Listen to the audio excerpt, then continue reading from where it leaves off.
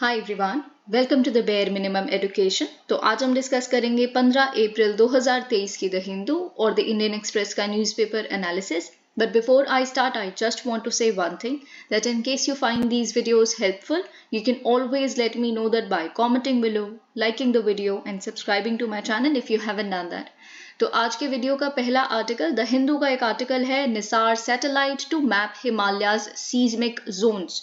तो देखिए ये आपके इस बार के प्रीलिम्स और मेंस दोनों के ही पर्सपेक्टिव से बहुत इंपॉर्टेंट है। मेंस के पर्सपेक्टिव से इसीलिए बहुत इंपॉर्टेंट है क्योंकि जोशीमठ का जो लैंड सब्सिडेंस का जो केस है उसके आप जब वे फॉरवर्ड या स्टेप्स क्या लिए जा रहे हैं उस डायरेक्शन में इन चीज़ों को प्रिवेंट करने के लिए या डिटेक्ट करने के लिए, तो आप निसार सैटेलाइट के बारे में लिख सकते हैं। ठीक है, और साथ ही में प्रीलिम्स के पर्सपेक्टिव से बहुत सारी इंफॉर्मेशन आपके लिए इंपॉर्टेंट है क्योंकि एक बहुत बड़ा मिशन आप कह सकते हैं। तो देखिए पहली बात तो निसार की फुल फॉर्म क्या है, NASA ISRO synthetic aperture radar. ठीक है, तो आप समझ गए होंगे कि इसमें कुछ योगदान नासा का है और कुछ योगदान इसरो का है। इससे के पहले जैसे आप स्टार्टिंग में ही यहाँ पढ़ सकते हैं, jointly developed by the ISRO and the NASA, right. तो इससे पहले कि यहाँ सब कुछ क्या लिखा है हम वो देखें। अब जैसे कि मैंने आपको फुल फॉर्म ही बता दी है, सिंथेटिक एपर्चर रेडार है ये, तो आपको एटलीस्ट ये पता होना चाहिए कॉन्सेप्चुअली कि रेडार सिस्टम्स वर्क कैसे करते हैं, राइट। तो अगर हम रेडार की बात करें, it is nothing but radio detection and ranging. इसकी अगर हम रेडार की भी फुल फॉर्म देखें तो it is radio detection and ranging. तो ये बेसिकली इलेक्ट्रोमैग्नेटिक वेव्स के प्रिंसिपल पे काम करता है। डू नॉट वरी, अभी हम सब कुछ बहुत ही जितना सिंप्लीफाइड हो सकता है सब कुछ बहुत सिंपल तरह से समझेंगे। तो देखिए एक होता है रेडार का एंटेना, जिसे हम रेडार एंटेना कहते हैं। वो क्या करता है, it sends out electromagnetic waves. ठीक है, तो बेसिकली रेडार एंटेना ने इलेक्ट्रोमैग्नेटिक वेव्स या ईएम वेव्स भेजी। ठीक है, तो ऑफ कोर्स वो ईएम वेव्स किसी मीडियम के थ्रू ट्रैवल करेंगी, एक हाई स्पीड पे ट्रैवल करेंगी। तो ये रेडार सिग्नल्स हैं बेसिकली। ठीक है, तो इन रेडार सिग्नल्स ने क्या किया, जाके किसी ऑब्जेक्ट को हिट किया। फॉर एग्जाम्पल ओशन को हिट किया या फिर कहीं पे जोशीमठ को हिट किया मे बी। ठीक है, तो उसको जाके इस ईएम वेव ने या रेडार सिग्नल ने हिट किया। अब ये बेसिकली हिट करने के बाद ये जो वेव है ये दोबारा से रिफ्लेक्ट करेगी टू द रेडार, दोबारा वापस आएगी रिफ्लेक्ट करके रेडार के रिसीवर के पास। ठीक है, तो इस रिफ्लेक्टेड इलेक्ट्रोमैग्नेटिक वेव के आधार पे हमें बेसिकली सारी इंफॉर्मेशन रिक्वायर्ड जो चाहिए वो मिल जाती है। क्या पोजीशन है इस पर्टिकुलर स्पॉट का, क्या डिस्टेंस है, क्या डायरेक्शन है, क्या वेलोसिटी है, सब कुछ क्या चेंज हो रहा है। अगर एक महीने पहले हमने जब इसको दोबारा हिट करवाया था इस ऑब्जेक्ट को, उस समय ये ऑब्जेक्ट कैसा था, आज कैसा है। तो ये सारी चीजें, कितना स्नो है, कितनी आइज है, ये सब कुछ हम बेसिकली डिटेक्ट कर सकते हैं। ये इंफॉर्मेशन इस रिफ्लेक्टेड ईएम वेव में होती है। इस बेसिस पे बेसिकली रेडार सिस्टम अगर हम बहुत ही क्रूड वे में देखें तो काम करता है, बहुत सिंपलिस्टिक तरह से। ठीक है, तो आपको ये तो ऑफ कोर्स पता ही होना चाहिए। अब हम निसार मिशन की बात करें तो निसार मिशन से रिलेटेड आपको क्या पता होना चाहिए, जैसे कि हमने देखा it is jointly developed by ISRO and NASA, right. तो यहाँ पे देखिए हमने 2014 में एक अग्रीमेंट साइन किया था कि हम ऐसा कुछ करेंगे। ठीक है, दोनों मिलके, और ये उसी अग्रीमेंट का एक पार्ट है। ओके, तो बेसिकली क्या यहाँ पे जैसे कि आप पढ़ सकते हैं 12 डेज के बारे में कुछ लिखा है, तो ये आपके प्रीलिम्स के पर्सपेक्टिव से बहुत इंपॉर्टेंट है। ऑल्दो हम यहाँ पे इंडिया के केस में देख रहे हैं कि कैसे हिमालय को भी हम जोन करेंगे, राइट। तो वो तो ऑफ कोर्स होगा ही, लेकिन ये ग्लोबल इनिशिएटिव है, तो it will scan the globe every 12 days. ठीक है, तो ये 3 साल के लिए बेसिकली ये निसार मिशन कैरी आउट किया जाएगा, और 3 साल के लिए ये हर 12 दिन में एक नई इमेज ला के देगा एक पर्टिकुलर स्पॉट की, ताकि 12 दिन में चीजें चेंज। तो देखिए बहुत कम समय है 12 दिन, okay, which is actually good. हमें टाइम टू टाइम जो फ्रिक्वेंसी ऑफ इमेजेस है वो ज्यादा मिल रही है। ठीक है, तो हमारे पास एक बहुत ही हम बहुत जल्दी डिटेक्ट कर सकते हैं। अगर चेंजेस कुछ हो रहे हैं तो बहुत पहले डायग्नोस हो गया, जितना जल्दी हमें पता चल गया उतनी जल्दी चीजें बचाई जा सकती हैं। I hope you understand the point. ठीक है, तो वही बेसिकली ये करने की कोशिश कर रहा है। 3 साल के लिए मिशन है, हर 12 दिन में हमें बेसिकली ग्लोब का एक स्कैन्ड इमेजेस मिला करेंगी। चाहे वो अर्थ की लैंड हो, आइस शीट्स हो, सी आइज हो, एवरीथिंग, ठीक है। तो ये सब कुछ हमें मिलेगा, ठीक है। 2800 किलोमीटर की ये सैटेलाइट है। और देखिए यहाँ पे सबसे इंपॉर्टेंट बात जो आपको पता होनी चाहिए आपके प्रीलिम्स के पर्सपेक्टिव से, कि ये dual frequency imaging radar satellite है। अब इसका मतलब क्या होता है, ठीक है। तो देखिए अभी तक जो आपको पता होना चाहिए था, हमने रडार सिस्टम वर्क कैसे करता है, किस कॉन्सेप्ट पे वर्क करता है, ईएम वेव, सिग्नल, वापस आया, उसमें से स्टडी किया, वो हमने देख लिया। अगर आपको निसार से रिलेटेड पूछा जाए तो वो हमने देख लिया कि क्या आपको बेसिक इन्फॉर्मेशन पता होनी चाहिए। लेकिन अब आपको ये पता होना चाहिए कि ये dual frequency imaging radar satellite है, तो कैसे। अब देखिए इसमें अगर हम कह रहे हैं कि नासा ने कुछ योगदान दिया है और कुछ योगदान इसरो ने दिया है, तो नासा ने बेसिकली क्या किया है, NASA has provided L band radar, GPS and a high capacity solid state recorder to store the data and also a payload data subsystem। इन सारे कॉन्ट्रीब्यूशंस में से जो नासा ने किया है, सबसे इंपॉर्टेंट कॉन्ट्रीब्यूशन है एल बैंड रेडार। अभी हम समझेंगे, ठीक है, क्या है, क्या डिफरेंस है।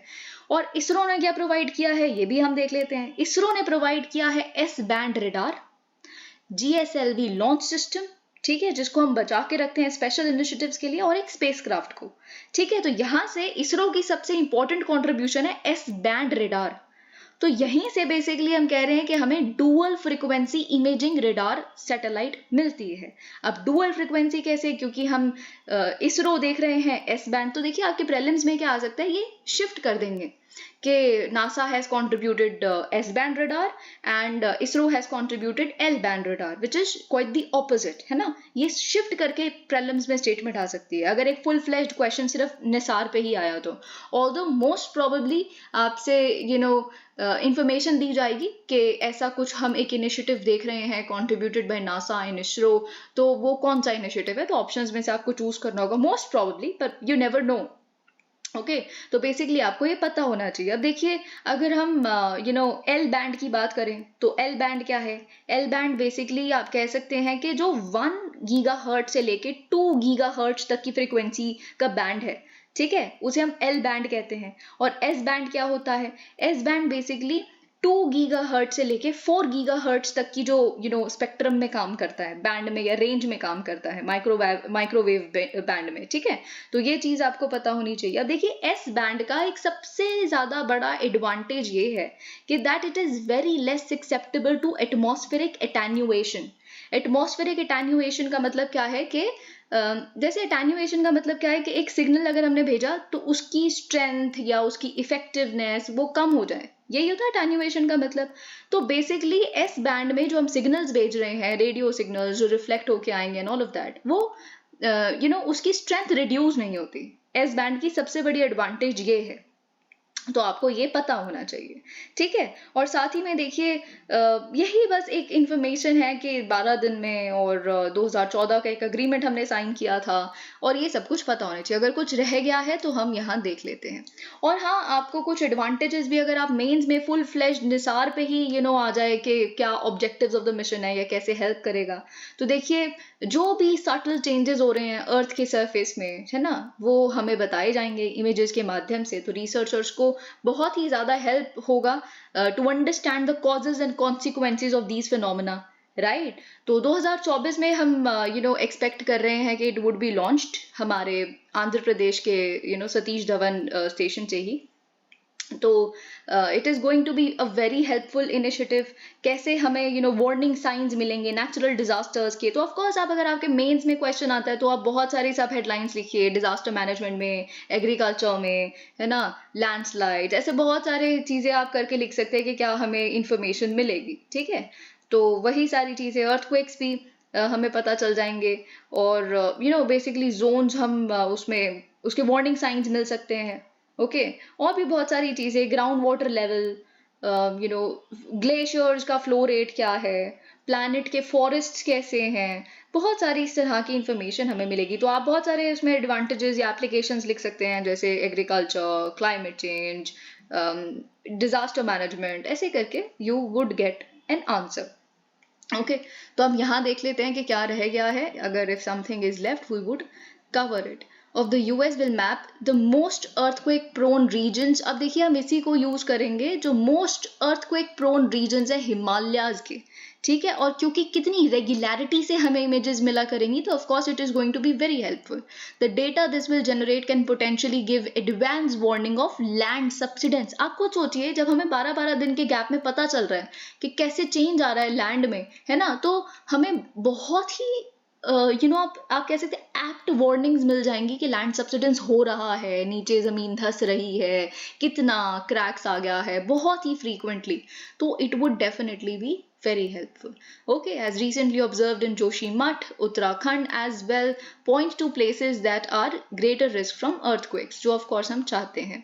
ठीक है, NISAR satellite expected to cost approximately $900 million with ISRO contributing only 1/10. तो ये आपको इन्फॉर्मेशन पता होनी चाहिए कि 900 मिलियन में से हम केवल 1/10 कंट्रीब्यूट कर रहे हैं. 2 फ्रीक्वेंसी बैंड हम यूज कर रहे हैं, L बैंड, S बैंड, है ना, to image the seismically active Himalayan region that will every 12 days create a deformation map कि कैसे अर्थ डिफॉर्म हो रही है ना, तो वो हमें पता चलेगा. स्पेशली जो हिमालयाज का रीजन है वो कैसे डिफॉर्म हो रहा है, क्या रेट है, तो वो हमें मैप मिलता रहेगा, तो लैंड सब्सिडेंस के बारे में भी टाइम टू टाइम पता चल जाएगा.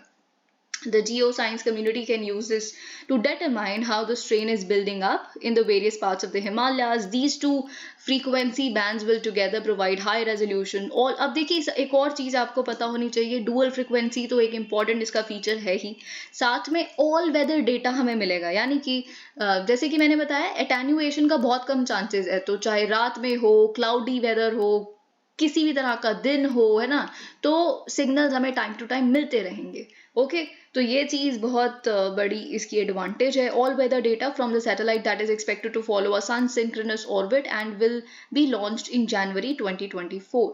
ओके, जैसे कि मैंने आपको बताया, scientist from the geological survey of India in 2021 published a strain map of the Himalayas. ये अब देखिए 2021 में जो स्ट्रेन मैप हिमालयाज का आया था उसमें डेटा यूज किया गया था 1252 जीपीएस स्टेशन का हिमालयाज के अक्रॉस. ठीक है, तो हमें उसमें पता चला उस मैपिंग से, स्ट्रेन मैपिंग से, कि कौन कौन से रीजन सबसे ज्यादा ग्रेटेस्ट रिस्क पे हैं, जिसमें 8 या 8 से ज्यादा मैग्नीट्यूड के अर्थक्वेक आ सकते हैं, है ना. तो हमारे पास और भी वैसे तो ये देखा जाए तो बहुत कम स्टेशन हैं. ओके, और अभी तक हम जिस सैटेलाइट पे निर्भर कर रहे हैं वो सेंटिनल है. लेकिन आप वही देखिए कि ये जो मिशन है ये गेम चेंजर क्यों है, क्योंकि कितनी फ्रीक्वेंटली हमें इंफॉर्मेशन मिला करेगी. तो वही चीज यहाँ पे साइंटिस्ट बार बार एम्फेसाइज कर रहे हैं. This is what is written here कि जिस क्लैरिटी से हमें इमेजेस मिलेंगी और जिस फ्रीक्वेंसी भी मिलेंगी, that is going to be a game changer with a frequency of 12 days and the ability to be able to provide images even under cloudy conditions. NISAR would be a valuable tool to study deformation patterns such as in Joshimath. तो ये चीज हमें यहाँ से पता चलती है. Uncertainty continues over mission to capture Tusker Areekompan. तो देखिए बेसिकली आपको ये पता होना चाहिए क्योंकि हम ह्यूमन वाइल्ड लाइफ कॉन्फ्लिक्ट पढ़ रहे हैं. ये इस पे डेफिनेटली ये क्वेश्चन पिछले 2-3 सालों से ओवरड्यू है और इस बार आपको कुछ ना कुछ इस तरह का क्वेश्चन आपके मेंस में देखने के लिए मिलेगा. ठीक है, और प्रीलिम्स में बेसिकली आपसे पूछ सकते हैं कि मिशन अरीकोम्पन क्या है, तो आपको पता होना चाहिए. उसमें बहुत ही रबिश से ऑप्शंस दे सकते हैं कि this is related to climate change, this is about ground water measurement, completely rubbish. जो भी न्यूज में और कुछ चल रहा होगा वो दे देंगे ताकि आप कंफ्यूज हो जाएं. तो मिशन अरीकोम्पन क्या है, बेसिकली इसमें हमें कैप्चर करना है, जो फॉरेस्ट डिपार्टमेंट है केरला का, उन्होंने इनिशिएट किया है, तो उनको कैप्चर करना है इस रोग टस्कर को. क्योंकि आप जानते हैं कि ये जो वाइल्ड एलिफेंट है अरीकोम्पन, इन्होंने काफी ज्यादा डिस्ट्रक्शन कॉज की है, बहुत सारे लोगों की जान गई है. 10 people have been killed by the elephant और he has destroyed around 60 houses, rice shops, paddy field, बहुत सारा डिस्ट्रक्शन आज तक इन्होंने कॉज किया है. तो मिशन अरीकोम्पन का इनिशिएटिव ये नहीं है या एम ये नहीं है कि किल कर दिया जाए अरीकोम्पन को, बिल्कुल नहीं. हमें कैप्चर करना है, यानी कि फॉरेस्ट डिपार्टमेंट को कैप्चर करना है एलिफेंट को, उसको ट्रेन करना है कि हम उसे कुमकी एलिफेंट बना सकें. जो आप यहाँ पे वर्ड पढ़ रहे हैं ना, कुमकी एलिफेंट का मतलब क्या होता है, ये कैप्टिव एलिफेंट होते हैं जो हम फिर इनको यूज करते हैं इन ऑपरेशंस अगेंस्ट द रोग एलिफेंट्स, जो और अरिकोम्पन जैसे और एलिफेंट्स होंगे जो काफी डिस्ट्रक्शन कॉज कर रहे हैं, तो उनको संभालने के लिए, उनके साथ डील करने के लिए कोई ऑपरेशन चलाया जाए तो फिर हम अरिकोम्पन को ही यूज कर सकते हैं। ठीक है, उसको ट्रेन किया जाएगा उस तरह से। तो ये बेसिकली मिशन अरिकोम्पन है। आपको इसके बारे में डेफिनेटली पता होना चाहिए। अगर आप ह्यूमन वाइल्ड लाइफ कॉन्फ्लिक्ट पे कोई भी आंसर दिख रहे हैं तो आप प्लीज मिशन अरिकोम्पन का मेंशन कीजिए कि हमें इस तरह के स्टेप्स लिए जाने चाहिए if we are seeing these kinds of incidents, तो it would be very helpful. ठीक है, तो ये चीज आप लिख सकते हैं। अब देखिए यहाँ पे यूएस गार्ड्समैन चार्ज्ड इन डेकेड्स बिगेस्ट डेटा लीक। जब हमने ये इनिशिएटिव स्टार्ट किया था न्यूज़पेपर एनालिसिस और ये सब कुछ, तो उसके बहुत ही बिगिनिंग में, आई थिंक सेकेंड और थर्ड वीडियो, उसमें हमने एडवर्ड स्नोडन के जो लीक्स थे उसके बारे में, वॉज इट जस्टिफाइड, उस पर क्या एथिक्स की केस स्टडी बनती है, ही ट्रेटर, क्या वो नेशनलिस्ट थे या ह्यूमनिस्ट थे या ट्रेटर थे, बहुत सारी चीजें हमने उसमें डिस्कस की थी। अब उसके बाद हमें एक बहुत बड़ा और डेटा लीक मिल रहा है यूएस के गार्ड्समैन के तरफ से, जैक डगलस तशीरा। ठीक है, तो ये बेसिकली, इससे पहले कि हम ये डिस्कस करें कि इनको अरेस्ट किया गया है, क्यों अरेस्ट किया गया है, आपको ये पता होना चाहिए कि जो डेटा इन्होंने लीक किया है उस डेटा से हमें पता क्या चला है। ठीक है, तो वो डेटा इतना ज्यादा रिस्की डॉक्यूमेंट्स लीक किए गए हैं रशिया यूक्रेन वॉर पे। अब देखिए, मैं आपको शुरुआत में ही बता दूं, कहीं लोग कह रहे हैं कि ये रशिया ने खुद ने किए हैं ये डेटा लीक, ताकि पूरे इंटरनेशनल कम्युनिटी में ये दिमाग में फिट कर दिया जाए कि यूक्रेन वल्नरेबल हो चुका है, Ukraine is set to be defeated. ठीक है, कहीं लोग ये भी कह रहे हैं कि यूक्रेन ने ये डेटा लीक करवाया है, या यूक्रेन की वजह से ये डॉक्यूमेंट्स लीक किए गए हैं। क्यों?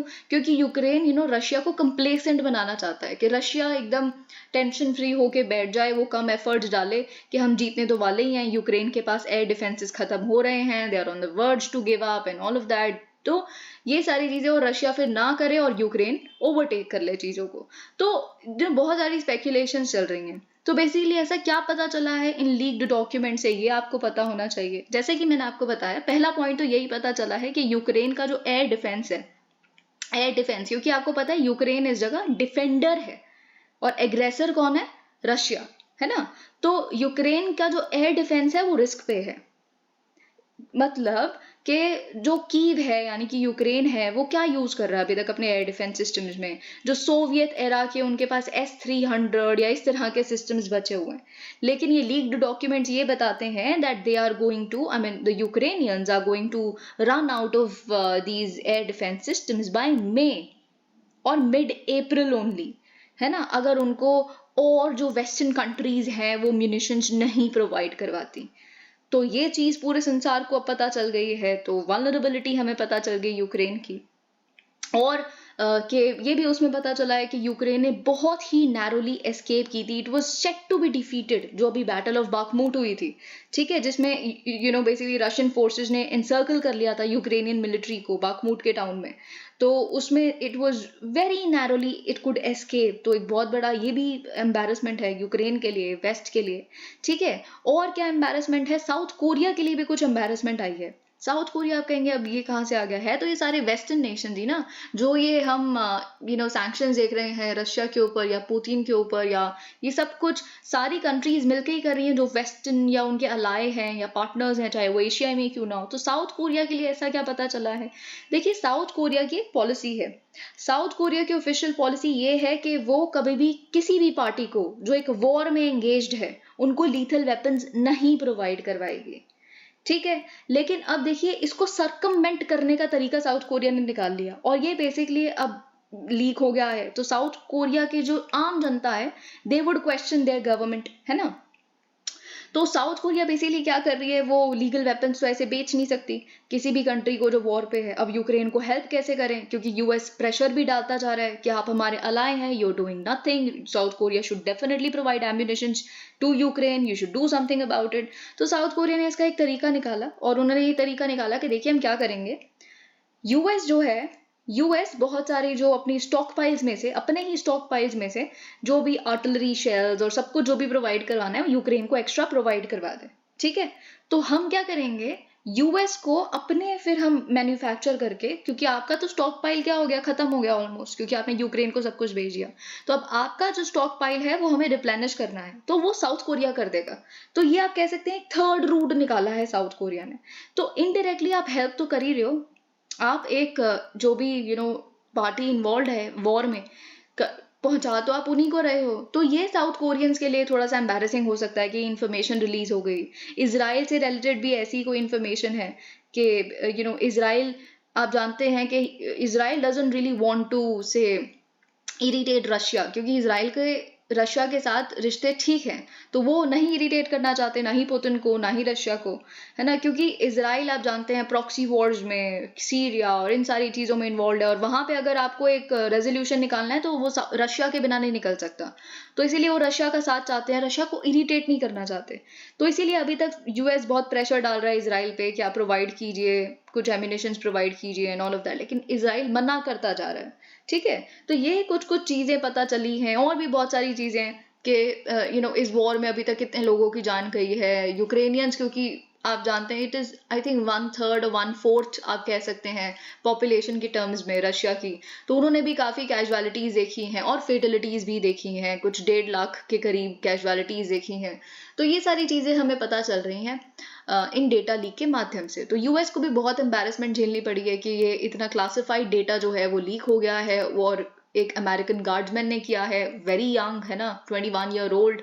तो बेसिकली अब आप जानते हैं इनके खिलाफ एक अरेस्ट दर्ज किया गया है। Young National Guardsman was charge on Friday with orchestrating the most damaging leak of US classified documents for a decade as the government signal. तो बेसिकली ये कह रहे हैं कि हमें जैक को अरेस्ट करके और इनको 10 साल 5 साल जितने की भी सजा होगी, क्योंकि इन्होंने आप कह सकते हैं unauthorised removal and retention of classified documents किया है, तो इनको 10 साल की सजा, और हम एक एग्जाम्पल सेट करना चाहते हैं कि कोई भी इस तरह की गद्दारी नहीं करे हमारे देश के साथ। तो ये बेसिकली यहाँ पे हमें पता चल रहा है, वीक लॉन्ग प्रोब के बाद हमें ये सारी इंफॉर्मेशन मिली है। Okay, it is the biggest such breach, जैसा कि मैंने आपको बताया 10 साल बाद ऐसा कुछ हो रहा है, क्योंकि 2013 में भी ऐसा ही कुछ हुआ था, जो नेशनल सिक्योरिटी एजेंसी के इनके डॉक्यूमेंट्स रिलीज हुए थे या लीक हुए थे, एडवर्ड स्नोडन। ठीक है, तो ये स्नोडन वाला केस तो आप जानते हैं कि इस पे केस स्टडी भी आई थी इनफैक्ट एथिक्स की, और सो मच उस टाइम के जो लोग हैं उनको काफी इंटरव्यू में भी ये क्वेश्चंस पूछे गए थे, व्हाट डू यू थिंक, कि उसने सही किया या गलत किया। ठीक है, तो ये सारी चीजें अब हमें यहाँ पता चल रही हैं। Okay, now let's move on to the next article. China's Xi Brazil's Lula meet in Beijing to boost ties. आप जानते हैं जो Lula da Silva, the new president of Brazil, वो बीजिंग में है, और चाइना और ब्राजील के रिश्ते काफी अच्छे हैं। आप जानते हैं ब्रिक्स के जो प्रेसिडेंट हैं, है ना, तो ब्रिक्स यानी कि Brazil, Russia, India, China, south Africa, तो वो भी एक ब्राजीलियन बने हैं ब्रिक्स के। तो ये सारी चीजें हम देख रहे हैं, ब्रिक्स के नहीं, बेसिकली ब्रिक्स के जो बैंक है एनडीबी उनके। ठीक है, तो यहाँ पे हमें क्या देखना है कि जैसे कि हमने कल डिस्कस किया था कि चाइना और ब्राजील दोनों ही खुद को एक मीडिएटर दिखाने की कोशिश में है पूरे संसार को, कि हम मीडिएट कर सकते हैं रशिया यूक्रेन कॉन्फ्लिक्ट में। तो ये सारी चीजें, लेकिन दोनों ही न्यूट्रल नहीं है ऐसा वेस्ट मानती है। वेस्ट ऐसा इसलिए मानती है क्योंकि वेस्ट को ये लगता है कि दोनों ही जो देश हैं वो बहुत कोजी हैं रशिया की तरफ, तो रशिया को कभी गलत कहती है, क्योंकि लेफ्टिस्ट अभी हमें प्रेजेंटली देखें। ठीक है, ब्राजील का तो कोई और रीजन है खैर, लेकिन आप चाइना का भी रीजन जानते हैं कि सेम दुश्मन तो उनकी दोस्ती हो गई। तो दोनों ही कंट्रीज पे ट्रस्ट नहीं है, क्योंकि चाइना जिस देश ने अभी तक कंडेम ही नहीं किया रशिया को, तो वो न्यूट्रल नहीं हो सकता, वेस्ट का ऐसा ही कहना है ना। और ब्राजील का भी हमें पता है कि they are not really an adversary of Russia, they good to Russia. तो ये चीज हम देख रहे हैं। Chinese leader Xi Jinping met with visiting Brazilian President Lula da Silva on Friday as part of a push to boost ties between two of the world's largest developing nations. Okay, तो basically यहाँ ये Russia Ukraine के लिए मिले भी नहीं है, ये अपने ट्राइज को बूस्ट करने के लिए मिले हैं। अब देखिए, जैसा कि लूला दा सिल्वा ने कल कहा, हमने हेडलाइन देखी दैट ब्राजील इज बैक, तो वो ऐसा उन्होंने इसलिए कहा क्योंकि जो उनके प्रेडेसेसर थे Jair Bolsonaro, the right wing populist leader, तो वो बेसिकली किसी भी फॉरेन ट्रैवल में इंटरेस्टेड ही नहीं थे। उन्होंने एक foreign policy of isolation invent की थी, जिसमें ब्राजील किसी चीज में इन्वॉल्व नहीं होता था, मोस्टली किसी के उन्होंने दिक्कतों में, कोई ट्रेड, कोई फॉरेन ट्रैवल नहीं। तो उसके बाद अब ब्राजील के जो प्रेसिडेंट है नए, वो अब बढ़ चढ़ कर क्लाइमेट चेंज पे बातें कर रहे हैं, रेन फॉरेस्ट के बारे में, चाइना जा रहे हैं। तो उन्होंने इसलिए कहा है ब्राजील इज बैक। तो ये चीज आपको पता होनी चाहिए। ओके, साथ ही में देखिए दोनों ही कंट्रीज क्या हैं, they are very much interested कि जो वेस्ट लेड या वेस्टर्न डोमिनेटेड इकोनॉमिक इंस्टीट्यूशन है उनको चैलेंज किया जाए। इसलिए तो ब्रिक्स का जो एनडीबी है, राइट, तो वो इसीलिए बनाया गया है। It is of course Chinese brain child although. तो जो न्यू डेवलपमेंट बैंक है, तो वो बेसिकली आप जानते हैं कि आईएमएफ को, वर्ल्ड बैंक को चैलेंज करने के लिए, क्योंकि आप जानते हैं आईएमएफ से, स्पेशली अगर आपको आईएमएफ से कुछ चाहिए या वर्ल्ड बैंक से डेवलपिंग नेशंस को चाहिए, तो कितनी बड़ी उनकी कंडीशनैलिटीज आती हैं, लोन कंडीशंस, कि आप ट्रेड इस तरह से करो, अपने एक्सपोर्ट बढ़ाओ, सब्सिडीज कट कर दो, ये वो बहुत सारी कंडीशनैलिटीज जो बिल्कुल भी चाइना और बाकी देशों को नहीं पसंद, ऑफ कोर्स डेवलपिंग नेशंस को भी नहीं पसंद। तो इसीलिए वो एक मॉडल नया लेके आए चाइना, और उसको सपोर्ट भी है ब्रिक्स का एनडीपी, ठीक है, कि यहाँ पे इस तरह की कोई कंडीशनैलिटीज नहीं है, मोर और लेस एक ऑपरेशन के प्रिंसिपल पे वर्क करता है। 99 लोन प्रोजेक्ट्स अभी तक दिए हैं, बहुत सारी ऐसी इंफ्रास्ट्रक्चर प्रोजेक्ट्स को फंड कर रहा है एनडीपी। तो ये सारी चीजें हमने देखी हैं। अब देखिए यहाँ पे their talks focus largely on trade ties and other forms of cooperation, but also touched on the conflict in Ukraine. थोड़ा बहुत टच किया इन्होंने यूक्रेन की बात पे, पर मोर और लेस अपने इकोनॉमिक टाइज के बारे में यहाँ पे बात थी इनकी, ठीक है। As comprehensive strategic partners, China and Brazil share extensive common interest. China sees the relationship as a high priority on its diplomatic agenda. ये कौन कह रहा है? ये शी कह रहे हैं, ठीक है। तो फिर उन्होंने बेसिकली बहुत सारे एग्रीमेंट्स को साइन किया, एग्रीकल्चर, एरोनॉटिक्स और बहुत सारे और फील्ड्स में, और वही सारी यहाँ पे बातें लिखी हैं। अब देखिए आपको ये भी पता होना चाहिए कि चाइना ब्राजील का बिगेस्ट एक्सपोर्ट मार्केट है, यानी कि ब्राजील बहुत ज़्यादा एक्सपोर्ट करता है चाइना को, सबसे ज़्यादा एक्सपोर्ट करता ही चाइना को है ब्राजील। तो of course automatically economic dependence है, तो relations are bound to be good, है ना। तो each year buying tens of billions of dollars of soybeans, beef, iron ore, poultry, pulp, sugarcane, cotton and crude oil, ठीक है। और साथ ही में ब्राजील बिगेस्ट रिसिपिएंट है चाइनीज इन्वेस्टमेंट का in Latin America. Latin America में जितनी भी चाइनीज इन्वेस्टमेंट है उसमें से सबसे ज्यादा ब्राजील में होती है, ठीक है। तो ये चीज आपको पता होनी चाहिए। Germany finance, okay, Germany foreign minister urges China to tell Russian aggressor to stop the war in Ukraine। तो अब देखिए दिस इज वेरी इंटरेस्टिंग। सबसे ज्यादा इंटरेस्टिंग जो यूरोप में आज के समय हो रहा है वो है फ्रांस के जो प्रेसिडेंट है इमैनुअल मैक्रोन, उनका बार बार पिच करना यूरोपियन सॉवरेनिटी के बारे में। जैसा कि हमने रीसेंट स्टेटमेंट्स उनकी तरफ से देखी है कि देखिए हम यूएस के अलाय हैं, यूएस के वैसाल नहीं हैं, ठीक है। कि जो वो कहेंगे हम उन्हीं की लाइन को टो करते रहें। वो कहते हैं कि सैंक्शन लगा दो रशिया पे, वो कहते हैं इस वॉर में इन्वॉल्व हो जाओ, नहीं होना। यूरोप की जो स्ट्रैटेजी है वो यूरोपियन स्ट्रैटेजी होगी, हम खुद डिवाइस करेंगे। ये सारी चीजें आप सुन रहे हैं। तो अब देखिए आप ये भी जानते हैं कि इमैनुअल मैक्रोन अभी बहुत रिसेंटली चाइना होकर आए हैं। उसके बाद हम क्या देख रहे हैं, German foreign minister Baerbock, now she has gone to Beijing, okay. तो उन्होंने बेसिकली अपने बीजिंग काउंटर पार्ट को कहा है कि देखिए रशियन एग्रेसर को बोलिए कि आप प्लीज स्टॉप कीजिए इस वॉर को, ओके।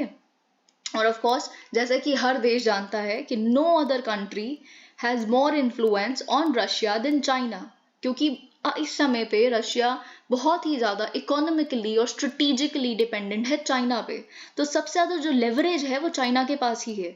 सबको उम्मीद चाइना से ही है कि वो कुछ बेसिकली काम करे, रशिया को यानी कि पुतिन को कुछ बोलेंगे that you should stop the war and all of that, ठीक है। तो ये चीज यहाँ पे हम देख रहे हैं।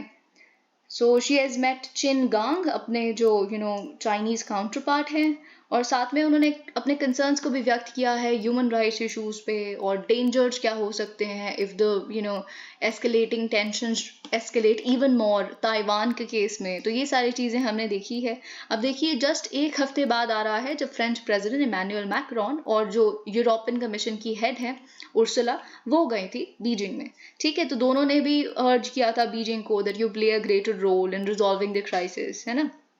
तो देखिए बेयरबॉक का ये कहना है, जो जर्मन फॉरेन मिनिस्टर हैं, कि देखिए इट्स गुड कि चाइना ने अपनी कमिटमेंट शो की है कि वो सोल्यूशन के लिए कमिटेड है एंड ऑल ऑफ दैट, लेकिन अगर मैं फ्रैंकली बोलूँ, मुझे समझ नहीं आता कि चाइना ने अभी तक कंडेम क्यों नहीं किया एग्रेशन को। तो वही चीज़ घुमा फिरा के आ गई कि वेस्ट जो है ना, वो चाइना की न्यूट्रलिटी के बारे में श्योर नहीं है, वो उसको डाउट करता है, क्योंकि एक न्यूट्रल मीडिएटर आप हो ही नहीं सकते जब आपने अभी तक आपने अपनी स्टेटमेंट में आपने अपने जो एजेंडा निकाला या पीस पेपर निकाला, उसमें आपने साफ बोल दिया कि सॉवरेनिटी को रिस्पेक्ट किया जाना चाहिए और कुछ लेजिटिमेट सिक्योरिटी कंसर्न्स हैं अगर किसी बड़ी कंट्री के, तो उसे ध्यान में रखना चाहिए। तो यहाँ पे कहीं ना कहीं फेवर हमने रशिया का देख लिया उस पीस पेपर में, ठीक है। तो इसीलिए यहाँ पे सारे नेशंस भी यही कह रहे हैं, after mister Chin and miss Baerbock met China, फिर इसकी दोनों की जो मीटिंग हुई चिन गांग की और मिस बेयरबॉक, तो उसके बाद चाइना ने अनाउंस किया कि जो हमारे डिफेंस मिनिस्टर हैं वो रशिया जाने वाले हैं, क्योंकि रशिया की जो डिफेंस मिनिस्टर हैं उन्होंने हमें इनवाइट किया है, ठीक है। तो मे बी कुछ हम परसुएशन वहां पे देखें, पर आई थिंक ये बहुत ही ओवर ऑप्टिमिज्म होगा अगर हम एक्सपेक्ट करें कि ऐसा कुछ हो रहा है अभी। Okay, in Supreme Court maternity benefits for adoptive mother's.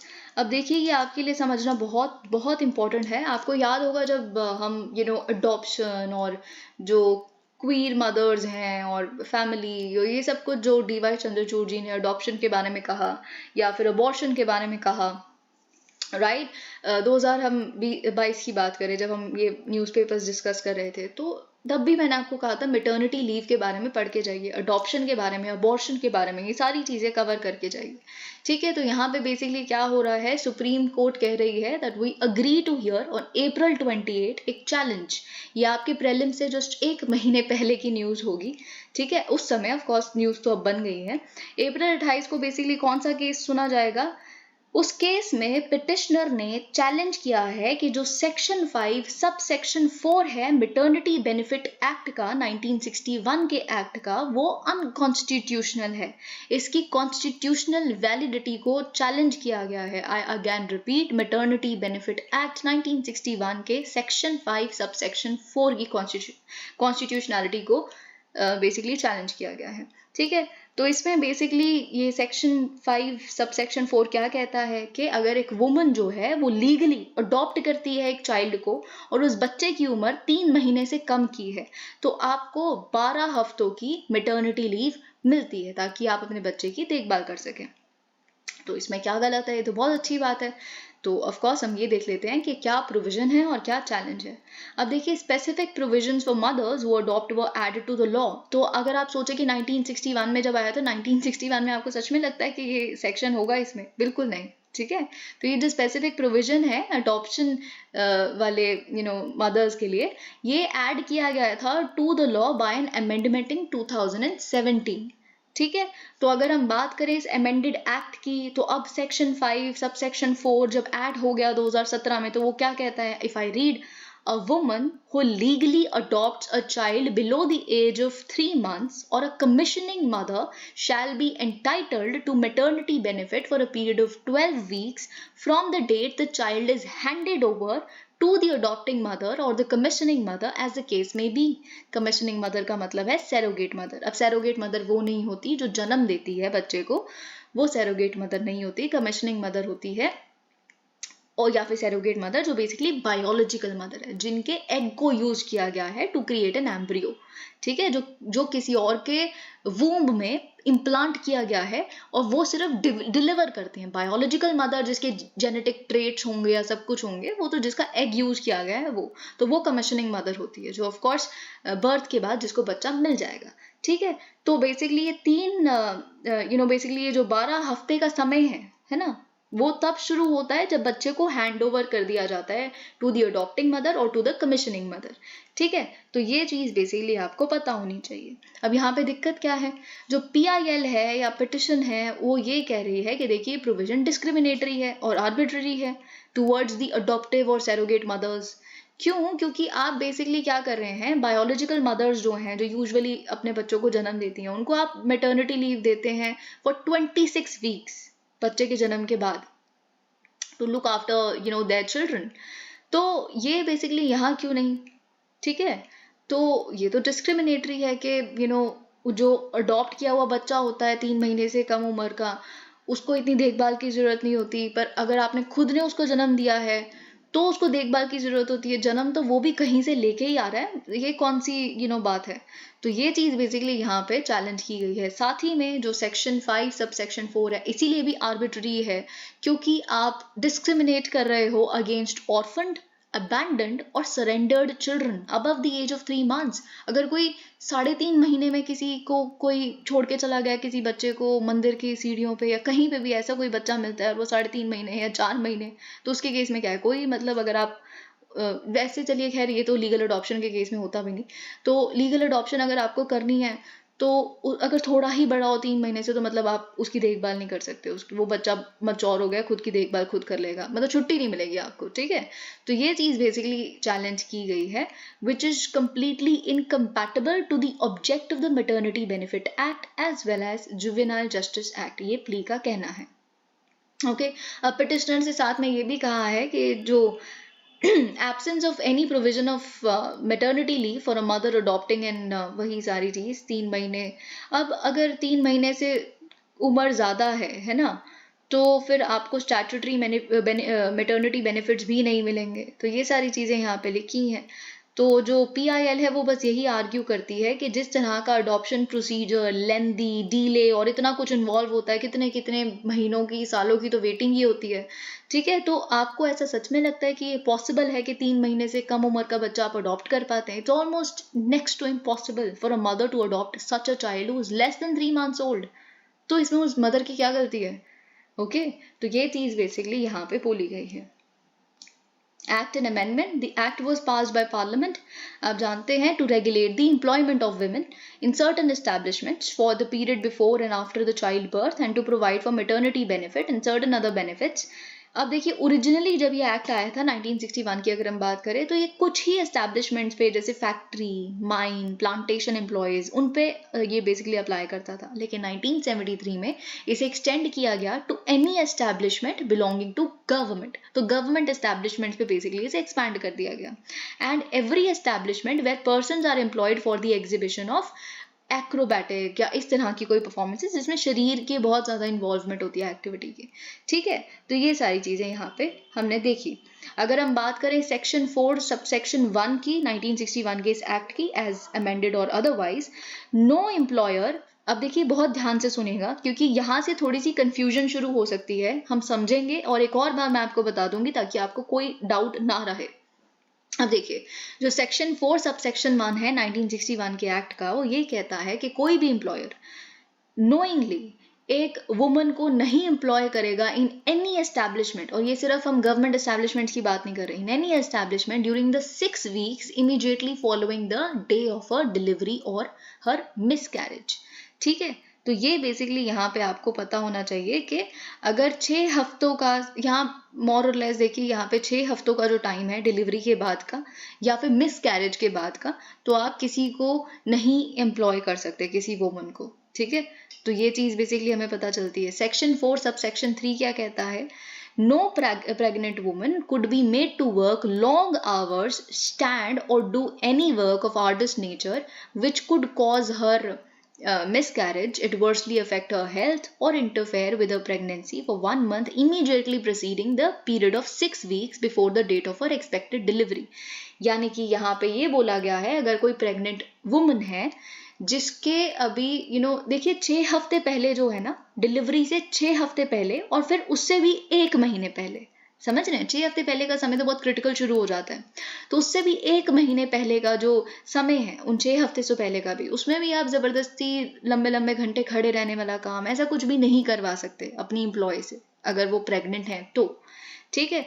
तो और सेक्शन 5 की अगर हम बात करें इस एक्ट की, तो वो क्या कहता है ओरिजिनली हम देखें तो, maternity leave could not exceed 12 weeks। तो 12 weeks में क्या आदत है, 6 हफ्ते पहले वाला यानी कि डिलीवरी से पहले और 6 हफ्ते उसके बाद डिलीवरी के, ठीक है। तो ये मिलके 12 हफ्ते, which includes the day of the delivery also, ठीक है। तो ये 12 हफ्ते, लेकिन 2017 में हमने क्या देखा, सेक्शन 5 जो है उसको अमेंड किया गया, इसमें 26 हफ्तों की अब पेड लीव मिलती है after child birth to biological mothers, ठीक है। लेकिन जो अगर हम सेक्शन 5 सब सेक्शन 4 की बात करें उसमें अडॉप्टिव या सैरोगेट मदर्स को सिर्फ 12 हफ्तों का मैटरनिटी लीव मिलती है, which is of course a paid leave अगर हम बात करें बर्थ के बाद, यानी कि हैंड ओवर के बाद बेसिकली। तो ये चीज़ आपको पता होनी चाहिए, ठीक है। तो यहाँ पे हमें क्या इन्फॉर्मेशन पता चली कि अगर आप 6 हफ्ते का ही समय हुआ है, सिर्फ 6 हफ्ते का जो समय है डिलीवरी के बाद का या मिस कैरेज के बाद का,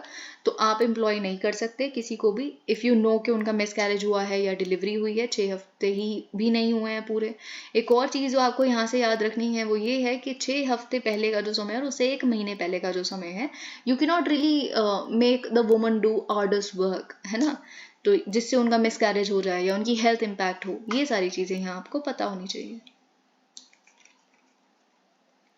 As world warms, droughts coming on faster, research। अब देखिए यहाँ पे हमें बस एक शब्द पता होना चाहिए, फ्लैश ड्राउट्स, ठीक है, कि ये रिसर्च है, जो एक नई रिसर्च आई है वो ये कह रही है कि देखिए जो फ्लैश ड्राउट्स हो रहे हैं वो बहुत फ्रीक्वेंटली हो रहे हैं। और if I would read it, जो भी इंफॉर्मेशन यहाँ पे है और हम देखेंगे, लेकिन आपको पहले ये पता होना चाहिए कि फ्लैश ड्राउट्स का मतलब क्या होता है। देखिए ड्राउट्स जब होते हैं तो वो यूजुअली अगर हम देखें तो एक लंबा समय लेते हैं टू अकर, राइट, एक कुछ महीने या फिर इस तरह से, ठीक है। लेकिन हम फ्लैश देखिए, जो फ्लैश फ्लड्स हैं, जो भी फ्लैश वर्ड जिसके आगे यूज हो जाता है मतलब क्विक, है ना, तो यहाँ पे जो फ्लैश ड्राउट्स हो रहे हैं यहाँ पे भी बहुत जल्दी चीजें हो रही हैं, ठीक है। तो यूजुअली अगर हम इसी रिपोर्ट का डेटा देखें तो वो साइंस जर्नल में आया है, तो वहां पे लिखा है जो फ्लैश ड्राउट्स हैं वो it last for 30 to 45 days, ठीक है। लेकिन अगर हम स्लो ड्राउट्स की बात करें it last for 40 to 60 days, usually ये होता है। और फ्लैश ड्राउट्स होते भी बहुत जल्दी हैं, ठीक है। तो ये चीज, और देखिए अगर आपके प्रीलिम्स में बाई चांस फ्लैश ड्राउट से रिलेटेड कोई क्वेश्चन आए और उसमें ये लिखा है कि they can not occur during monsoons के समय भी हो सकते हैं फ्लैश ड्राउट्स, ऐसा कुछ नहीं है। मॉनसून में बीच बीच में स्पेल्स आते हैं, यानी कि रुकता है मॉनसून, है ना, बीच बीच में बारिश नहीं हो रही होती, तो अगर वो बहुत समय के लिए रुक गया तो फिर वो फ्लैश ड्राउट होता है, ठीक है। तो ये चीज बेसिकली आपको पता होनी चाहिए, ओके। तो यहाँ पे फ्लैश ड्राउट की बात की जा रही है।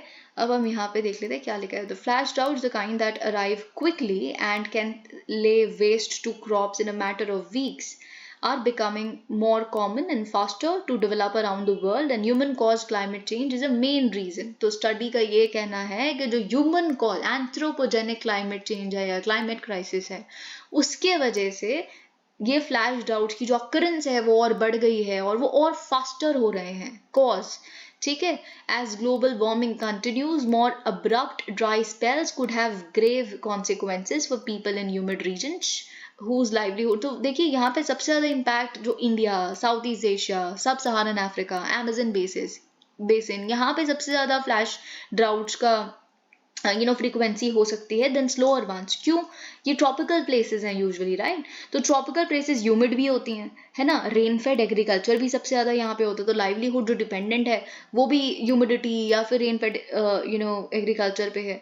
तो यहाँ पे सबसे ज्यादा इम्पैक्ट क्यों हो सकता है स्लो ड्राउट्स का, या स्लो ड्राउट्स सबसे ज्यादा फ्रीक्वेंटली यहाँ क्यों हो सकते हैं, अब वो चीज हमें समझनी है। देखिए इन तरह के रीजन में क्या होता है कि अगर जैसे ह्यूमिडिटी है ना, तो पहले कभी रेन हुई होगी या स्नो हुई होगी, प्रेसिपिटेशन बेसिकली, तो उसकी वजह से जो ग्राउंड है वो वेट या ह्यूमिड रह सकता है, ठीक है, इन तरह के रीजन्स में जैसे जिसमें हम भी आते हैं। तो जब अचानक से प्रेसिपिटेशन शट ऑफ हो जाती है सडनली, है ना, और फिर अचानक से बहुत सनी और विंडी कंडीशंस आ जाती हैं, तो सारा जो ह्यूमिडिटी है, लार्ज अमाउंट्स ऑफ वाटर, वो सब कुछ इवेपोरेट हो जाता है बहुत क्विकली, ठीक है। और बहुत क्विकली हो जाता है और बहुत समय तक इतनी जल्दी ये होता है और इतना इमेंस इसका इफेक्ट होता है कि कुछ ही हफ्तों में ये सारी क्रॉप्स को डिस्ट्रॉय कर देता है। तो इस वजह से जो ह्यूमिड ट्रॉपिक्स हैं they tend to experience more flash droughts than slow ones. The wet seasons there are usually rainy enough to keep land and vegetation damp, but when rains fail unexpectedly, the equatorial heat, आप जानते हैं 12 महीने यहाँ पे basically इतनी धूप रहती है, it can desiccate the ground to devastating effect। तो ये चीज बेसिकली यहाँ पे लिखी है, ओके। अब देखिए यहाँ पे जो आज इंडियन एक्सप्रेस के आर्टिकल्स हैं उसमें बहुत कुछ खास है नहीं, एक आर्टिकल है which is very important, amid talks to end Yemen conflict, swap of 900 war prisoners by both sides underway. Very important, क्योंकि आप जानते हैं अभी रिसेंटली हमने एक आर्टिकल भी देखा था text and context section the Hindu का, विच वॉज वेरी इंपॉर्टेंट। हमने उसमें देखा था कि कैसे सऊदी अरेबिया अपनी ऑटोनॉमी, है ना, अगर कई लोग समझते हैं कि सऊदी अरेबिया अब यूएस पे डिपेंडेंट रहना छोड़ देगा, या फिर सऊदी अरेबिया अब यूएस को पसंद नहीं करता, उसका एडवर्सरी बन जाएगा, ऐसा कुछ नहीं है। जो वॉइड यूएस के सऊदी वेस्ट एशिया से जाने की वजह से क्रिएट हुआ है, वो वॉइड को यूज कर रहा है सऊदी अरेबिया खुद की फॉरेन पॉलिसी को ऑटोनोमाइज करने के लिए। जो स्ट्रेटेजिक ऑटोनॉमी जिसके बारे में भारत बात करती है, वही बाकी देश भी बात कर रहे हैं, और सऊदी अरेबिया उसके बारे में बात कर रहे हैं। आप जानते हैं कि बहुत रिसेंटली एक डील ब्रोकर हुई है सऊदी अरेबिया और ईरान के बीच में, और उसी के लार्जर कॉन्टेक्स्ट में इस बात को भी देखा जाए, हम उस आर्टिकल में भी यही देख रहे थे। वो डील क्या ब्रोकर हुई है कि दोनों जो कंट्रीज, जो आप जानते हैं सुन्नी शिया कॉन्फ्लिक्ट इतना बड़ा, जो ये तो खैर सालों का कॉन्फ्लिक्ट है, ऐसा नहीं है कि सुन्नी शिया कॉन्फ्लिक्ट ही खत्म हो गया, पर दोनों ने रिप्रोचमेंट की है कि ठीक है, हम को एग्जिस्टेंस है, तो हम एक दूसरे के नेबर सऊदी अरेबिया ईरान, तो एटलीस्ट हम को एग्जिस्ट तो कर ही सकते हैं वेस्ट एशिया में, बहुत अच्छे रिश्ते ना हो, but we can have say embassies in each others countries, we can have diplomatic ties in all of that. तो ये पीस ब्रोकर, और किसने किया है? चाइना ने किया है ये पीस ब्रोकर, तो और बड़ा इवेंट बन जाता है। साथ ही में आप जानते हैं कि सऊदी अरेबिया अब हर चीज ठीक कर रहा है। देखिए, सऊदी अरेबिया को पैसे चाहिए, क्योंकि सऊदी अरेबिया ओवर डिपेंडेंट है तेल पे, ऑयल पे, और आप जानते हैं कि सारी कंट्रीज रिन्यूएबल एनर्जी की तरफ शिफ्ट कर रही है। तो जब सारे रिन्यूएबल एनर्जी पे चले जाएंगे तो उनके तेल कौन खरीदेगा?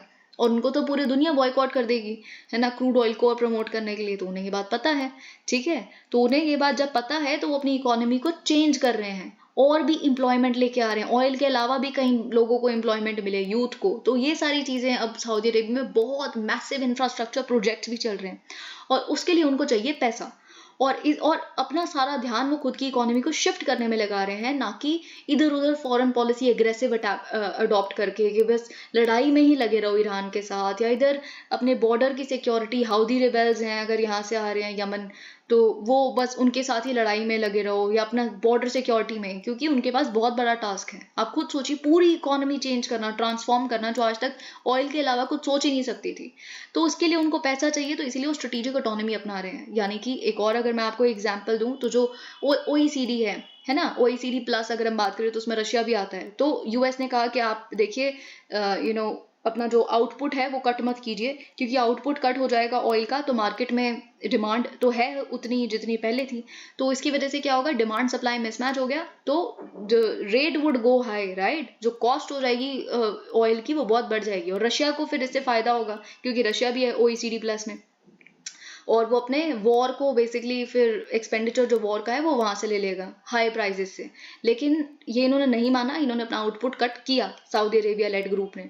क्यों किया? क्योंकि इनको भी हाई प्राइजेस ऑफ ऑयल आज चाहिए, ताकि अपनी इकोनॉमी में जितना हाई प्राइजेस आज मिल जाएं, ठीक है, कल को तो नहीं मिलने इतने, तो वो कर सके। वैसे ही आप जानते हैं एक और चीज ये कर रहे हैं सऊदी अरेबिया अब यमन में, क्योंकि यमन में भी ये प्रॉक्सी वॉर, यमन की जो सरकार है बेसिकली, जो जो गवर्नमेंट थी, ठीक है, तो उसमें हाउदी रिबेल्स ने उन पर अटैक किया, और फिर हाउदी रिबेल्स जो हैं बेसिकली उन्होंने जो कैपिटल है सना वो भी ऑक्यूपाई की हुई है, नॉर्थ भी ऑक्यूपाई किया हुआ है, ठीक है, तो ये आप जानते हैं। तो बेसिकली अब सिर्फ साउथ में थोड़ा बहुत प्रेजेंस रह गया है, तो फिर एग्जाइल लेके जो गवर्नमेंट है वो सऊदी अरेबिया के पास गई कि आप हमारी हेल्प कीजिए, तो सऊदी अरेबिया इन्वॉल्व हो गया, और जो हाउदी रिबेल्स है उनको बैक करता है ईरान। तो ईरान और सऊदी अरेबिया की बेसिकली ये प्रॉक्सी वॉर है, ठीक है। तो अब इस प्रॉक्सी वॉर में ना इंडल्ज किया जाए, तो सऊदी अरेबिया खुद ओमान मीडिएट कर रहे हैं, यहाँ पे एक डेलीगेशन लीड करके वहां गया है, और हाउदी रिबेल्स के साथ बातचीत कर रहा है, ठीक है, क्योंकि और इन बातचीत से बेसिकली हमें पता चलता है कि डिक्लेरेशन ऑफ विक्ट्री भी हो गई है हाउदी रिबेल्स की, कि वो बेसिकली जीत गए हैं इस वॉर को, जो सरकार की रिकॉग्निशन या हाउदी रिबेल्स की रिकॉग्निशन। तो मोर और लेस उनको अपनी बॉर्डर सिक्योरिटी पे पीस चाहिए। वो बॉर्डर जो शेयर करते हैं हाउदी रिबेल्स, वहां पे बहुत दिक्कतें सऊदी अरेबिया के लिए करते रहते हैं, फिर सऊदी अरेबिया भी हिट करता है आगे से, ये खत्म करना है उनको, ठीक है। तो इसीलिए बेसिकली कुछ पॉजिटिव वहां के लोगों के लिए देखिए, इन तरह की प्रॉक्सी वॉर्स में और ये सब में सफर पता है कौन करता है?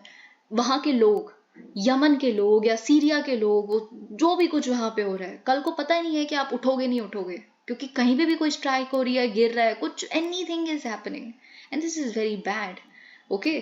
तो ये सारी चीजें हैं, और पीस इज समथिंग जो ऑफ कोर्स होना ही चाहिए, ये कोई ऑप्शन नहीं है, दिस इज समथिंग जो सही है और यही होना चाहिए, this is normal, peace is normal, let's normalize it, right. तो वही चीज यहाँ पे बेसिकली ये लिखी है, the release and swap of nearly 900 detainees by the two sides in Yemen's conflict began on Friday। इसमें basically international committee of red cross जो है, हम देख रहे हैं कि इनके ये बेसिकली आप कह सकते हैं कि मैनेज कर रहे हैं इस पूरे प्रोसेस को, कि थोड़े बहुत जो डिटेनीज हैं ये वाली साइड वापस कर दें उनको, ये वाले डिटेनीज थोड़े से वो वापस कर दें, ठीक है। तो ये एक बहुत सिग्निफिकेंट कॉन्फिडेंस बिल्डिंग मेजर है ना, जो पीस टॉक्स चल रही हैं उसके दौरान। तो ये चीज़ बेसिकली हम देख रहे हैं, साइमल्टेनियसली फ्लाइट्स का एक्सचेंज हुआ है, जिसमें जो भी अपने अपने डिटेनीज थे उनको उन्होंने स्वैप किया है। So this is I think very good. Okay, तो ये सब कुछ जो भी यहाँ पे लिखा था मैं आपको समझा चुकी हूँ। 125 foot tall bronze statue of Ambedkar unveiled इन तेलंगाना। तो ऑफकोर्स आप जानते हैं कि ये आई थिंक ये न्यूज़ तो आपको पता ही होगी कि तेलंगाना के चीफ मिनिस्टर KCR उन्होंने फ्राइडे को अनवील किया है 125 feet tall bronze statue of doctor BR Ambedkar at the Hussain Sagar lake. तो हुसैन सागर लेक आपको पता होनी चाहिए कहाँ है, हैदराबाद में है, ठीक है। तो और आप जानते हैं on his 132nd birth anniversary, तो अम्बेडकर के जो ग्रैंडसन है प्रकाश अम्बेडकर वो भी आए थे चीफ गेस्ट के रूप में फंक्शन पे। तो ये आप देखिए, आपको ये भी पता होना चाहिए अम्बेडकर का टॉलेस्ट स्टैचू है in the country. Okay, made up of around 360 tons of steel, 100 tons of bronze, cost है 145 करोड़, ठीक है। तो ये सारी चीजें हमें यहाँ पे देखने के लिए मिल रही हैं। ओके, तो वही KCR ने काफ़ी तारीफ की है कि उन्होंने बचपन से लेके इतना सहने के बाद भी he didn't give up and all of that. तो ये सारी चीज़ें यहाँ लिखी है। देखिए हम बाकी जो आर्टिकल्स हैं वो देख लेते हैं। North East gets its first AIIMS slew of projects. तो देखिए मैं आपको पहले भी कह चुकी हूँ, नॉर्थ ईस्ट में जो बड़े बड़े इंफ्रास्ट्रक्चर प्रोजेक्ट्स या जो भी नॉर्थ ईस्ट में रिसेंटली हुआ है, आप प्लीज़ उसको प्रिपेयर करके जाइए, ठीक है। क्योंकि नॉर्थ ईस्ट ही आप कह सकते हैं बहुत न्यूज़ में है, क्योंकि तवांग क्राइसिस और फिर उसके बाद चाइना का कॉन्टेक्स्ट भी है। तो और जो भूटान वाला है वो सिलीगुड़ी कॉरिडोर और चुम्बी वैली उसको ब्लॉक करना चाहती है चाइना, डोकलाम, ये सब कुछ की वजह से नॉर्थ ईस्ट की जो कनेक्टिविटी है भारत के साथ वो और स्ट्रेंथन कैसे कर रहे हैं, इन सारी टेंशन्स के चलते हुए, ठीक है। और कैसे इंटीग्रेट हो रहा है नॉर्थ ईस्ट, है ना। तो ये सारी चीज़ें आप बिल्कुल, तो उसमें से एक इवेंट जो प्राइम मिनिस्टर नरेंद्र मोदी ने इनॉग्रेट किया है, first all India institute of medical sciences in the north east eight Guwahati, near Guwahati, ठीक है। तो ये आपको पता होना चाहिए। और mister Modi had laid the foundation stone for AIIMS in May 2017 and now it is ready, जिसमें हम देख रहे हैं capacity of 750 beds including 30 Ayush beds and will admit 100 MBBS students annually. Okay, drones to deliver life-saving drugs to Chardham pilgrims। तो देखिए आपसे ना ये क्वेश्चन पूछा जा सकता है, क्योंकि जब हम जोशीमठ लैंड सब्सिडेंस केस देख रहे थे तब भी मैंने आपको कहा था कैसे टूरिज्म जो टूरिस्ट डेस्टिनेशन है उसके इन्वायरमेंट को इम्पैक्ट करता है, ठीक है। तो वो आपको ये टॉपिक है जो टूरिज्म GS1 के पर्सपेक्टिव से ये पढ़ के जाना है।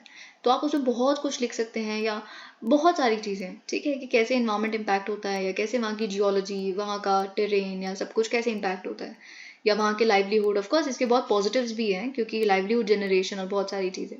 तो उसमें देखिए बेसिकली अगर हम थोड़ा सा और कॉन्टेक्स्ट वाइडन करें तो यहाँ पे अब क्या होगा, ड्रोन्स को यूज़ किया जाएगा लाइफ सेविंग ड्रग्स को पहुँचाने के लिए चारधाम पिलग्रिम्स के लिए, कोई भी इमरजेंसी जब होगी, ठीक है। तो आप चारधाम जानते हैं, केदारनाथ, बद्रीनाथ, गंगोत्री, यमुनोत्री, ठीक है, all 10,000 feet high pilgrimage sites in the Garhwal Himalayas all be covered under this.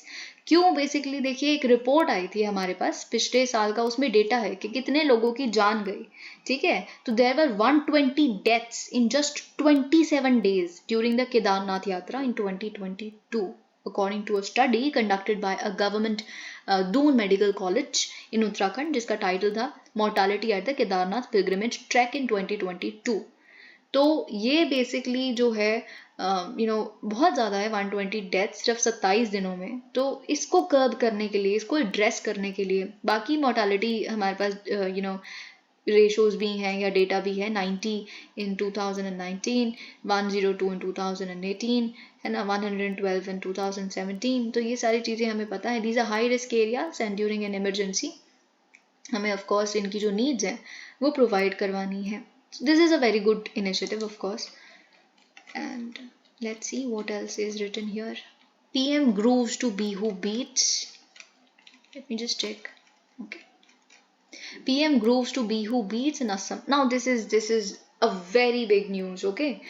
अब आपको देखिए क्या है कि आप फोक डांसेस इंडिया ये सब कुछ पढ़ते हैं अपने GS1 के पर्सपेक्टिव से, और ऑफ कोर्स प्रीलिम्स में तो इम्पोर्टेंट है ही.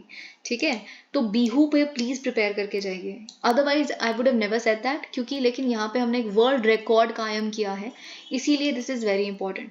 तो यहाँ पे क्या हुआ है, exactly 24 hours after creating 2 world records, more than 11,200 Bihu performers did embellish in core on Friday.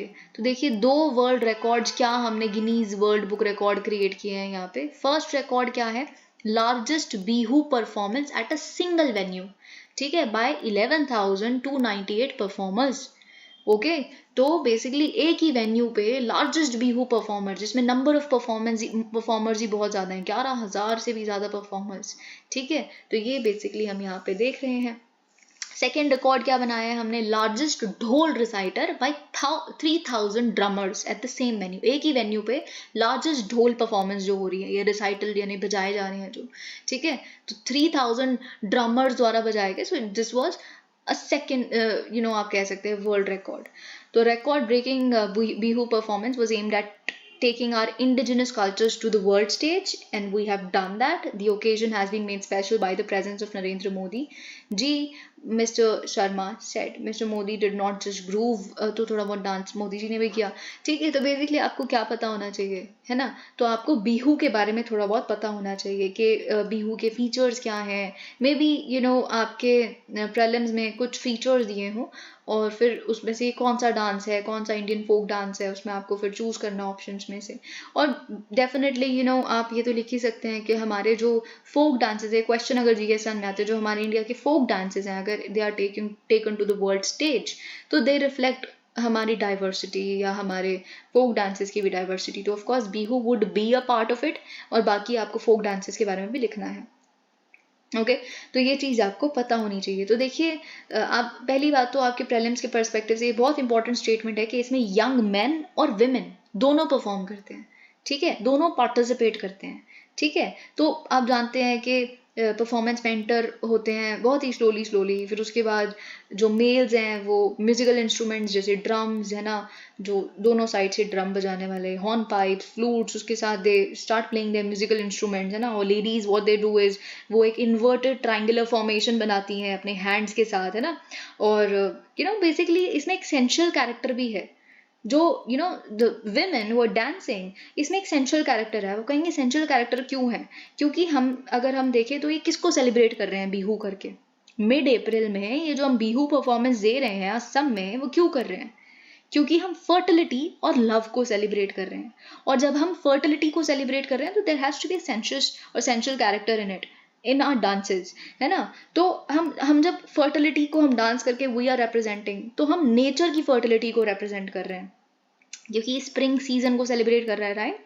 तो हम बेसिकली जो लाइफ गिविंग स्प्रिंग रेन है उसको एम्ब्रेस कर रहे हैं. सो हम फर्टिलिटी को सेलिब्रेट कर रहे हैं. तो ये चीज़ आपको पता होनी चाहिए. और ये जो इंस्ट्रूमेंट्स बजा रहे हैं, ड्रम्स, हॉर्न पाइप्स, ये बेसिकली क्या कर रहे हैं, जो रेन की साउंड है, थंडर की साउंड है, उसको इमिटेट करने की कोशिश कर रहे हैं. इनफैक्ट खुद इस तरह से बजा के वो जेन्युइन प्रेसिपिटेशन को आप कह सकते हैं कि बुलाने की भी कोशिश कर रहे हैं.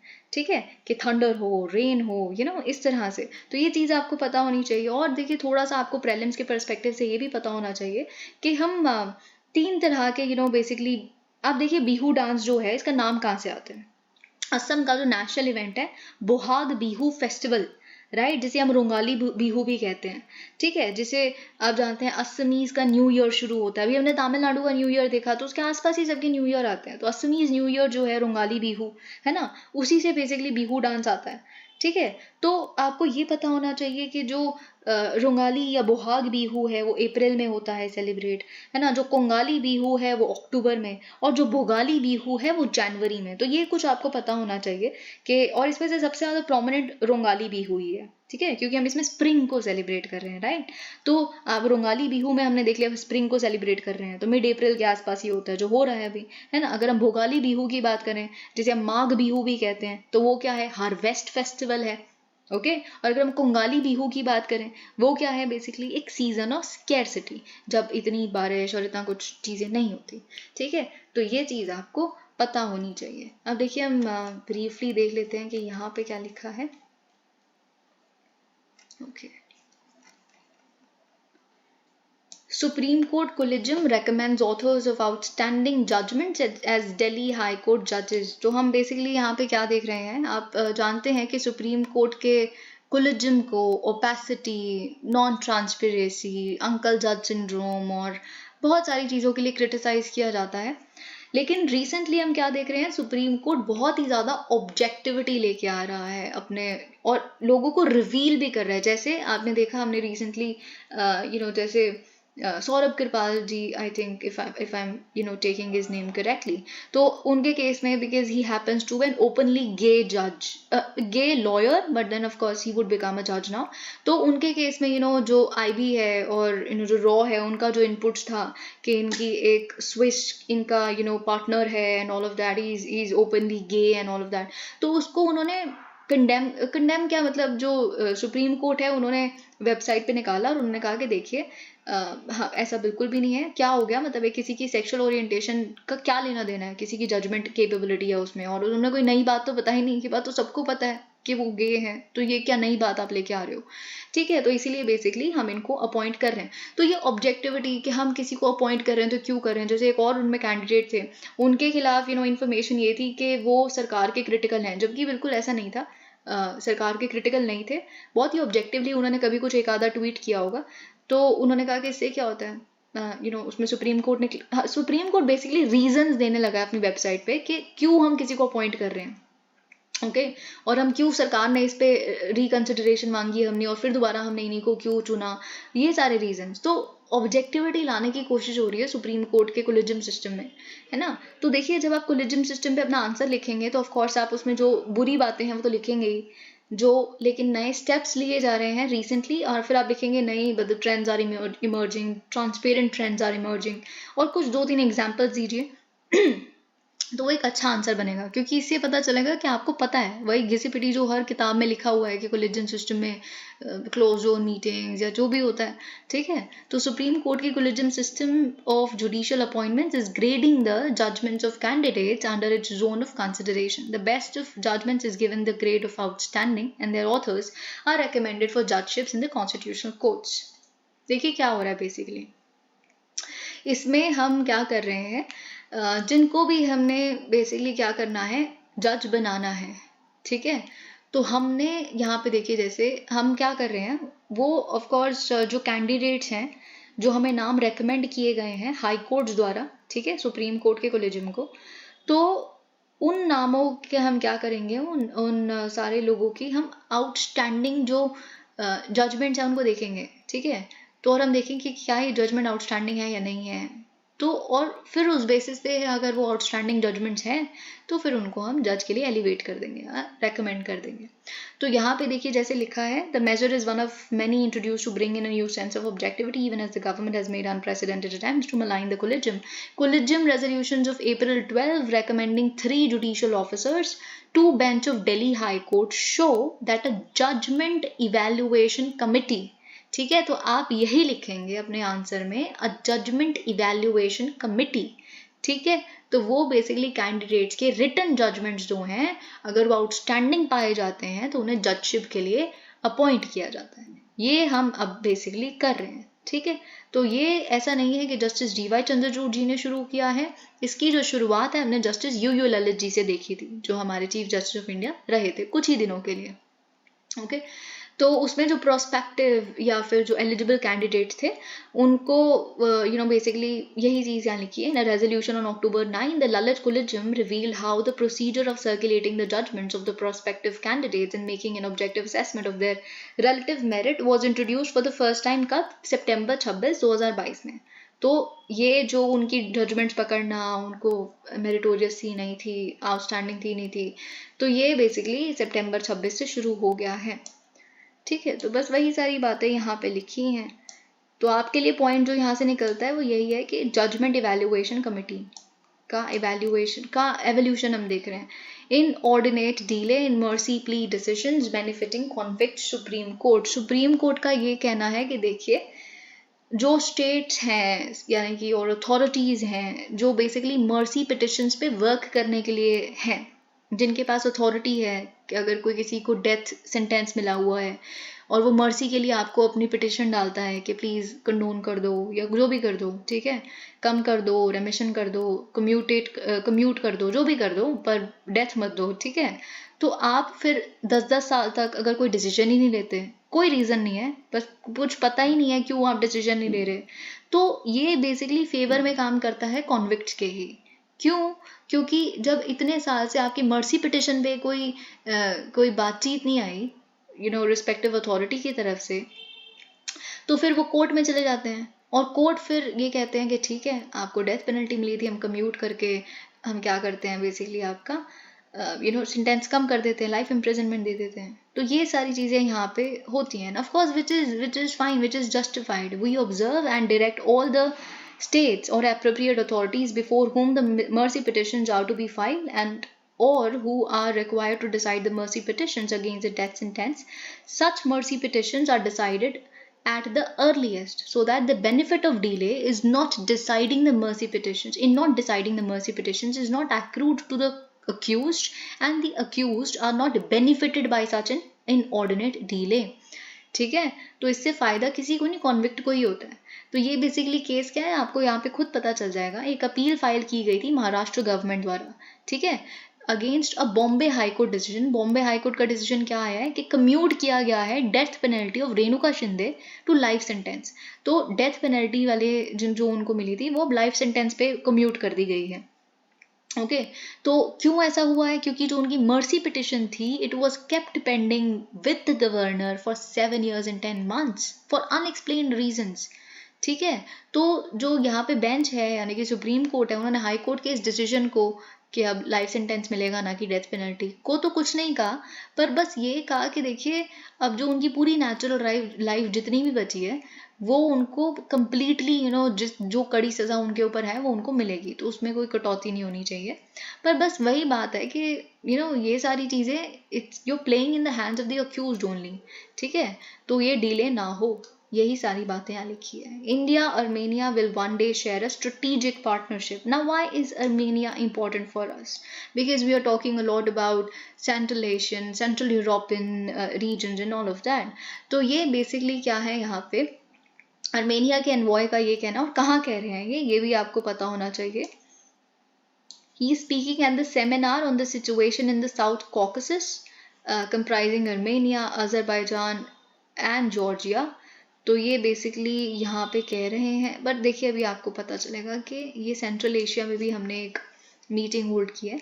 तो देखिए अर्मेनिया ये कह रहा है कि हम चाहते हैं कि जो हमारे बीच में रिश्ता है उसको बहुत ही जल्दी स्ट्रेटेजिक पार्टनरशिप पे एक दिन लेके जाया जाएगा हमारी दोनों कंट्रीज़ के बीच में, क्योंकि हमारे हिस्टोरिकल टाइज हैं. इसे मैं एक सिविलाइजेशनल पार्टनरशिप भी कहूँगा. ठीक है, तो some day we will turn this into a strategic partnership and I think that the day is very close. तो ऐसा क्यों कह रहे हैं? ऐसा तो आपने अर्मेनिया के बारे में कभी पढ़ा भी नहीं होगा. ये seminar organize by India Central Asia Foundation. ठीक है, तो ये इन्होंने इसलिए कहा है क्योंकि रिसेंटली हमने एक मेजर डिफेंस डील साइन की है. अर्मेनिया ने हमारे साथ एक डिफेंस डील साइन की है क्योंकि वो हमसे प्रोक्योर करना चाहते हैं Pinaka multi rocket launch system और उसके एम्यूनेशन को भी. ठीक है, तो ये डील है worth around ₹2500 crore which is a good deal. तो इसीलिए बेसिकली वो ये कह रहे हैं. और साथ ही में देखिए बहुत इंपॉर्टेंट है, अभी तक हम दोनों ने एक दूसरे के लिए जो डिफेंस डिप्लोमेट है एक दूसरे की बेसिकली एम्बेसी में, वो हमने एस्टैब्लिश नहीं किया. तो अब अर्मेनिया क्या करेगा, बहुत जल्दी अपनी एम्बेसी जो उनकी भारत में है उसमें एक डिफेंस डिप्लोमेट रखेगा. ठीक है, अभी तक हम कैसे काम कर रहे हैं कि जो हमारा रशिया का जो डिप्लोमेट है, रशिया के डिफेंस डिप्लोमेट है, वही आर्मेनिया का काम भी चला लेते हैं। तो ऐसे इतना कुछ खास रिश्ता है भी नहीं है क्योंकि, ठीक है। तो और साथ में आर्मेनियन एनवॉय ये भी कह रहे हैं कि अब धीरे धीरे जो इन्फ्लुएंस है यूएस का, यूरोप का, वो भी कम होता जा रहा है इस रीजन में। लेकिन हाँ, they are important partners, that's true too. Meet on Chabahar, countries emphasize territorial integrity. तो देखिए, इंडिया और बहुत सारे सेंट्रल एशियन कंट्रीज उन्होंने एम्फसाइज किया है कि देखिए, सॉवरेनिटी और टेरिटोरियल इंटीग्रिटी को रिस्पेक्ट किया जाए, ऑल्दो हम कनेक्टिविटी को प्रमोट करते हैं, पर कनेक्टिविटी की कॉस्ट पे सॉवरेनिटी नहीं जा सकती। ठीक है, तो कनेक्टिविटी प्रोजेक्ट्स कौन से बात हो रहे होंगे, ऑफ कोर्स हम ये जॉइंट ग्रुप मीटिंग की बात कर रहे हैं ऑन छाबहार पोर्ट, ठीक है, which was held in Mumbai April 12 and 13। ठीक है, तो उसमें हमने बेसिकली पार्टिसिपेशन देखी डेप्यूटी प्राइम मिनिस्टर्स और मिनिस्टर्स की, Iran, Kazakhstan, Kyrgyz Republic, Tajikistan, Turkmenistan, Uzbekistan, India. तो ये सारी चीज़ें हमने यहाँ देखी। तो देखिए, और साथ ही में एक और मिनिस्ट्रियल मीटिंग भी चल रही है जो अफगानिस्तान की नेबरिंग कंट्रीज हैं उनकी, समरकंद में। ठीक है, तो उसमें चाइना कहता है कि देखिए, हम चाहेंगे कि तालिबान लेड जो काबुल है, अब जो अफगानिस्तान है, वो ज्वाइन करे बेल्ट एंड रोड इनिशिएटिव। ठीक है, लेकिन जो स्पोक्स पर्सन है तालिबान के, वो कहते हैं कि देखिए, हम इंडिया का जो चाबार है उसको ज़्यादा ज्वाइन करना चाहते हैं, क्योंकि और ऑफ कोर्स वो तो है भी है इसके मेंबर। तो we are open to talk about trade, investment and mutual cooperation with the neighbouring and regional countries including India, ये उन्होंने कहा है। Thank you so much, please like the video.